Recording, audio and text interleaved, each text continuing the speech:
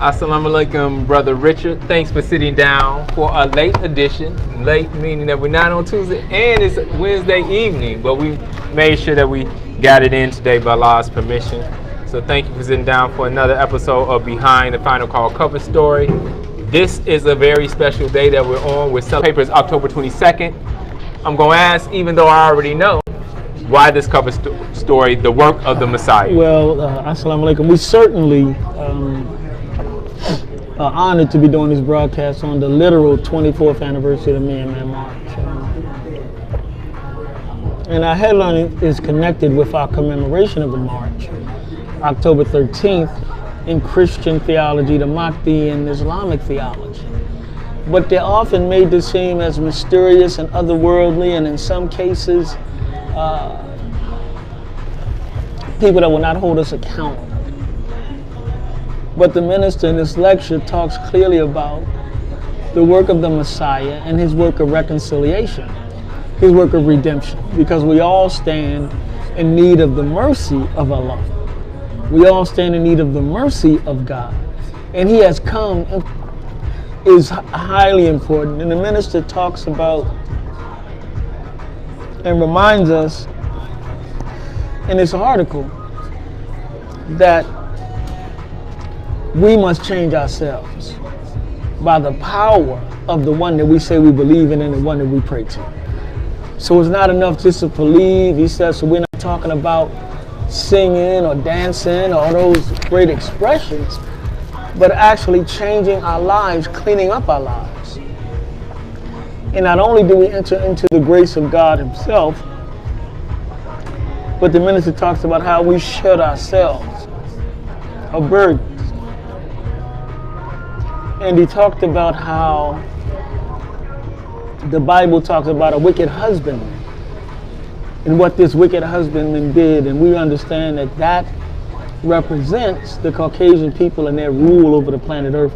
So you want to go to finalcall.com and read, and we have an edited transcript of his words, message to mark the 24th anniversary of the Million Man March, part one of a two-part series.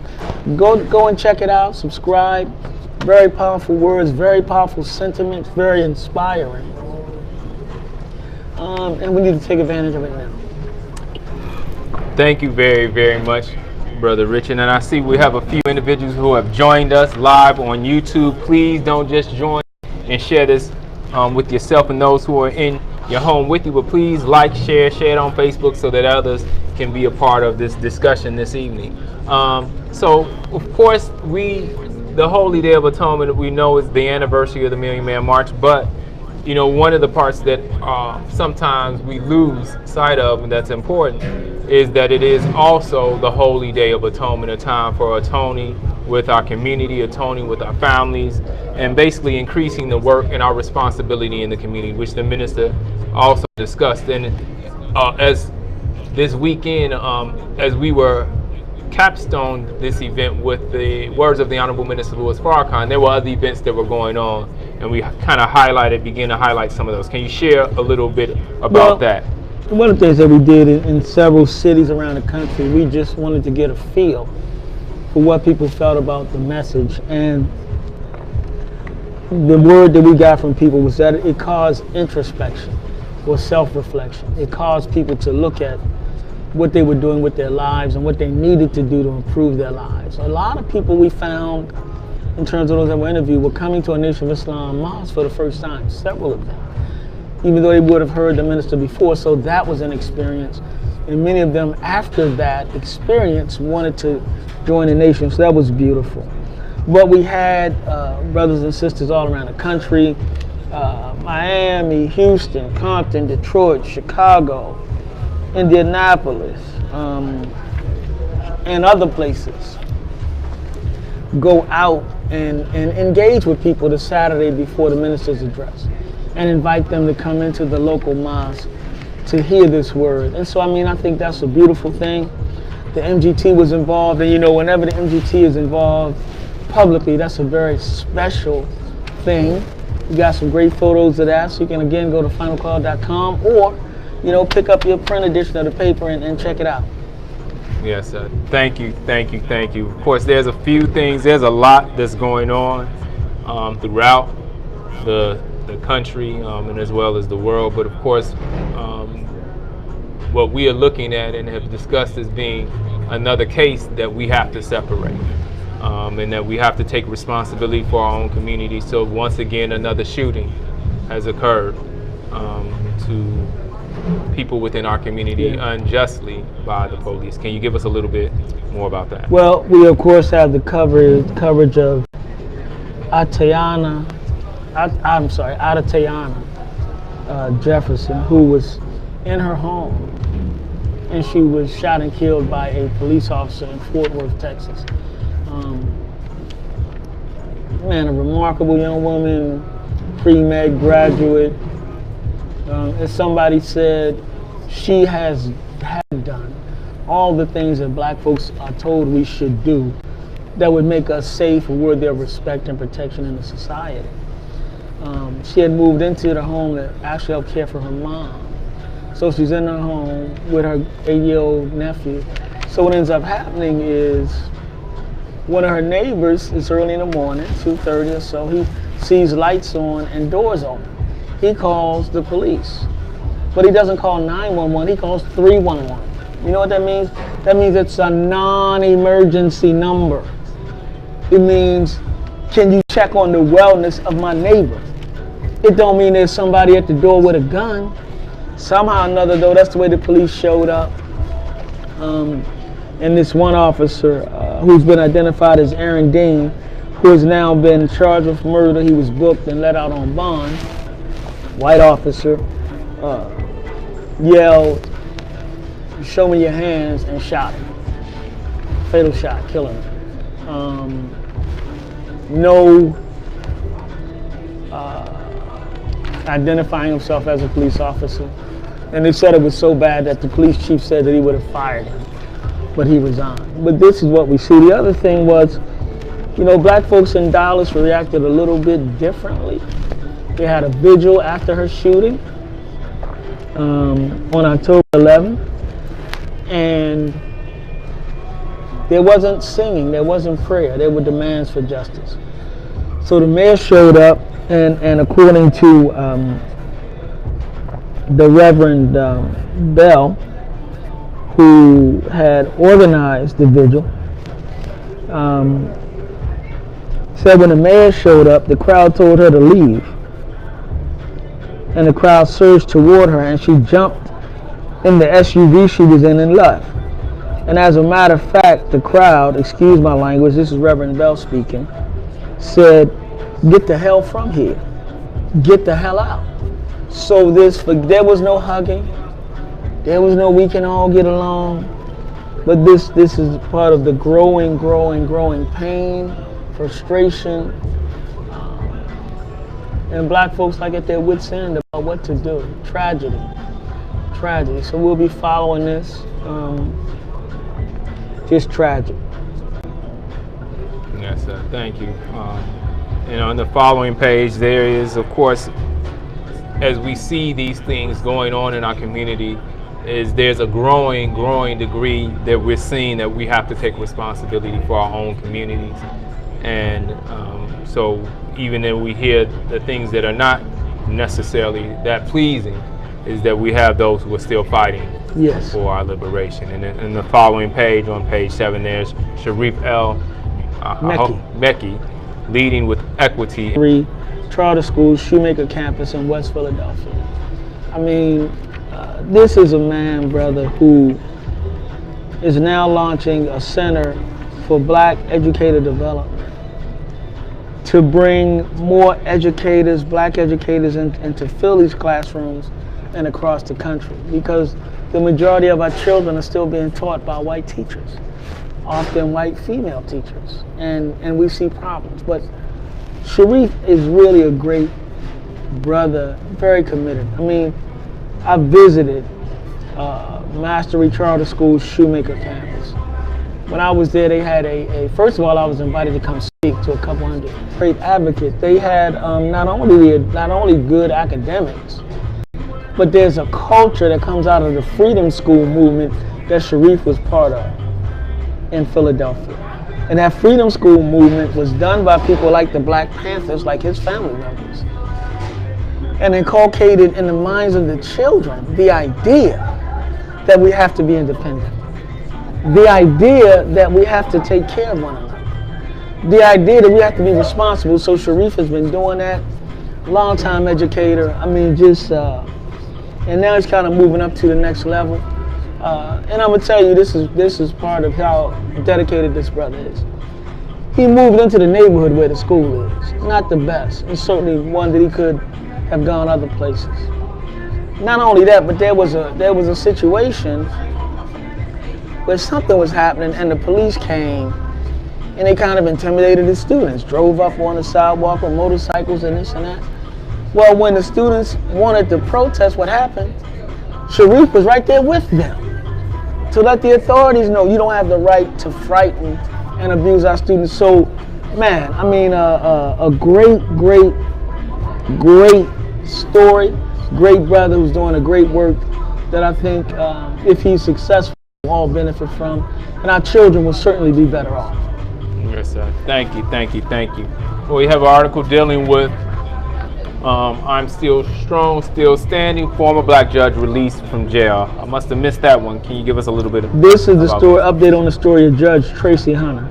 She was a former juvenile court judge. She was released from prison, well, not from prison, from jail. Basically, she had been accused of allowing her brother to have access to some kind of documents with something to do with employment or whatever. But she was a black Democrat in a majority Republican area, so from the time she won, there was an effort to overturn the election. So she was just in this contentious battle all the time with what she was trying to do in the juvenile court system. She was eventually charged, and she was eventually found guilty. She fought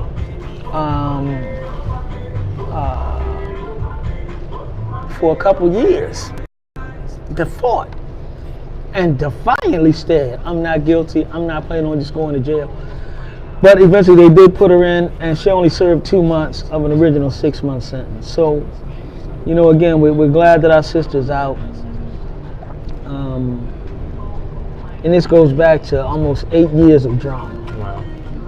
But again, it just says something about the environment that we're in and the willingness of our enemies to fight us and fight us and fight us, and to use every tool in their toolbox to try to stop us, because she was trying to enact reforms in the juvenile justice system. So we're glad her out. We're glad she's out. She's also a pastor. She's ready to go back to work. Yes, sir. Thank you. Want to touch some international news. I see the article dealing with Haiti. Share with us what's going around. Yeah, unfortunately in Haiti, it's kind of been a mess lately. Kind of political impasse, political problems. There have been calls for the president of Haiti, Jovenel Moise, to resign. The country's had severe economic problems. There are questions about how his government used money that was designated to kind of supplement the prices of oil and petroleum under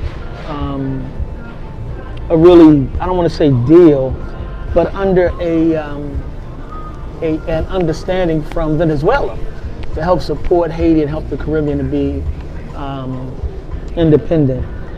So, I mean, it's really just been a mess. I think that the UN peacekeepers have now pulled out.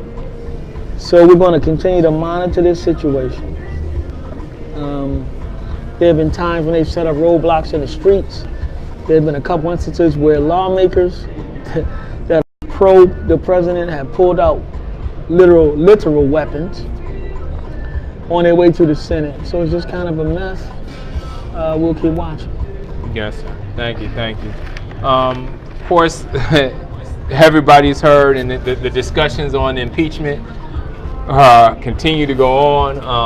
Will that next step take place as they're doing the research and investigation? If the call for impeachment will go forward? Can you give us a little bit more about that? Well, I mean, this thing is unfolding every day. So this was just, I mean, every day you've got people coming before Congress. Just today, October 16th, we learned that Rudy Giuliani, the president's personal lawyer, who was accused of trying to find up or encourage the Ukrainian president to dig up dirt on Joe Biden, Mr. Trump's, one of his political opponents. So some men who were working with Giuliani have been arrested, 2 of them. A third was arrested today. And there was a report as I was leaving home on CNN about a counterintelligence investigation into what Mr. Giuliani was doing. It goes back months. So at the end of the day, this all becomes very kind of crazy, potentially serious, because it is against the law for American citizens to conduct foreign policy. So then the question becomes, what was Mr. Giuliani doing? Who encouraged him to do it? And was the president, when did the president encourage him? What did the president tell him to do? And when did the president know? And what did he know? So it's just a mess. Probably it could be capped up under the title, When Satan Casts Out Satan. What's going down with the kingdom? Yes, sir. Well, I want to touch on one other thing, and then I'll hand it over to you, is going back, and of course, the California wildfires, and we know the time and what must be done. And of course, it's been in the last few papers. We encourage you to check out the free document that's available, Watch the Weather. The Honorable Minister Louis Farrakhan has said on multiple occasions to watch the weather. And the God that we serve and believe in is that he doesn't necessarily use machine guns and grenades, but he uses the forces of nature. So many of you around the country have experienced severe drops in temperature, the wildfires and all of these things. Can you touch on that, and why we repeated this Watch the Weather? Well, we've been repeating it because that particular, if you go to finalcall.com, it's a download and it's free. And it really provides some very good information about protecting yourself, about disaster preparedness and all those things. But these wildfires in California, around the areas of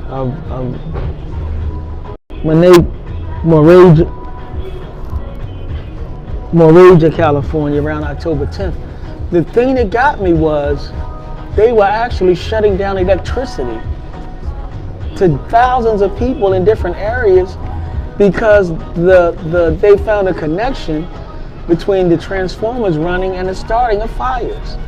So they literally had to choose, okay, are we going to have electricity, or can we chance that, or do we have to shut down these systems? This is the judgment of Allah. I mean, because these dry, windy conditions that have plagued Northern California, the minister warned that heavy snow is expected in the Midwest. So we say a couple books you need to check out: The Fall of America by the Honorable Elijah Muhammad, Our Savior Has Arisen by the Honorable Elijah Muhammad, Message to the Black Man by the Honorable Elijah Muhammad. And you can get articles from all of those if you go to finalcall.com. But go to store.finalcall.com, order the books, they're very inexpensive, and learn what's going on so you can have the opportunity to decide what you're going to do. Don't listen to somebody else. Get the information and make your decision for yourself. Yes, sir. Thank you, thank you, thank you. There's much more in the paper, as you always say. It's important that you don't just look at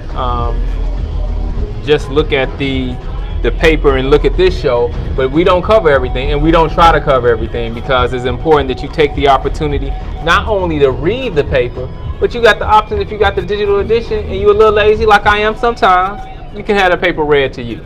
So make sure you get the latest edition of the Final Call newspaper, get the digital edition, get them all, you know, because sometimes I still like to, I'm a digital person, I got my tablet, but sometimes I like to touch the paper as well. We're not talking about thousands of dollars, we're talking about a few dollars.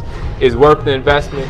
Go ahead and get both. Support the brothers that are in the community. And some people don't know what the resources that are donated for the paper, what they go towards. It's not just so we can reproduce the paper, but it goes to independent education. It goes to making our community a decent place to live. So these resources aren't just sure that we with independent source of information. Yes, sir. So the stronger the Final Call becomes through the support of our readers the more work we can do to support our leaders. So the two things go hand in hand. We don't believe anybody else is going to finance our full and complete freedom. We have to do that for ourselves. Thank you, sir. Anything else before we leave out? That's it. Stay tuned for next